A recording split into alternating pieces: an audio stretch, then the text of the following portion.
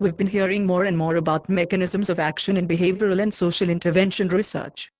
Let's be sure we incorporate that into our studies. I'm not sure I understand exactly what people mean when they say mechanisms of action. In its most general meaning, a mechanism of action is the reason why an intervention produces an effect. For instance, we might intervene with a new mom by teaching her that putting her baby to sleep with a bottle of milk can cause early childhood caries. The effect may be that she no longer puts her baby to bed with a milk bottle. Okay, so the intervention is teaching her about the connection between milk and caries, right? And the effect we observed was that she stopped giving her baby a milk bottle at bedtime. Exactly. Now, the mechanism of action of the intervention is the reason it produced the effect we observed. It is the reason why the teaching intervention led to the mom's behavior change. It sounds like the mechanism of action is the cause for the behavior change. Yes, that's exactly right. A mechanism of action is always a causal explanation for an outcome. That means that if we want to study mechanisms of action in our intervention trials, we'll need to have study designs that allow for us to make causal conclusions. That's right. The more our study design allows us to make causal conclusions, the more confident we can be also about mechanisms of action conclusions. Does that mean that our studies will need to be randomized clinical trials from now on? Well, methodologists don't always agree about what sort of study designs are required for testing mechanisms of action. My interpretation of the literature is that most agree that a correlational design does not allow for tests of mechanisms, and that a randomized control design is probably the best test of mechanisms. That makes sense.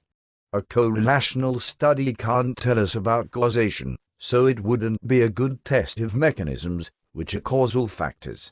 And a randomized clinical trial is specifically designed to test for causation, so it would be a good design for testing mechanisms. Yes, those cases are pretty clear, but methodologists debate about designs that fall somewhere between the correlational study and the RCT.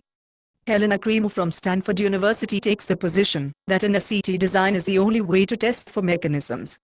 Others, like Dave McKinnon at Arizona State University and Seth Noah at the University of Kentucky, propose that other designs can also help to identify an intervention's mechanisms. Other than an RCT, how could we design an intervention study to answer causal questions?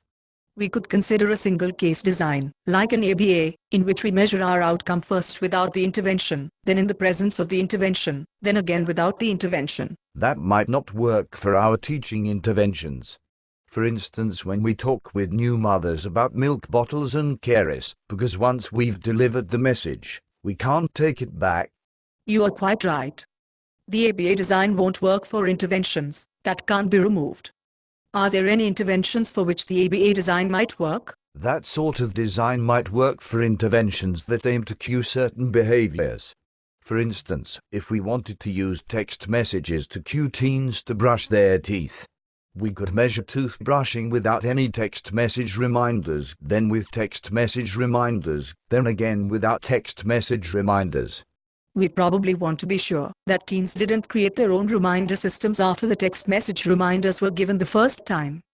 In other words, we'd need to be sure that the reminders were really removed when the text messages stopped. That's true. If the intervention teaches skills or perspective that can't be removed, the ABA design won't work. What are our other options for study designs that aren't randomized clinical trials?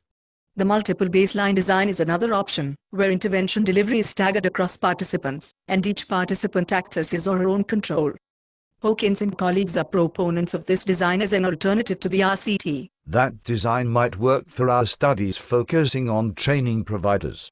For instance, new approaches to managing pediatric patients with behavioral problems, or to screening and brief intervention for tobacco use or problem drinking.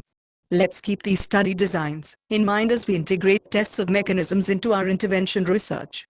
Let's also remember that the RCT is still viewed as the gold standard for answering causal questions. And now, let's do our mechanisms of action dance.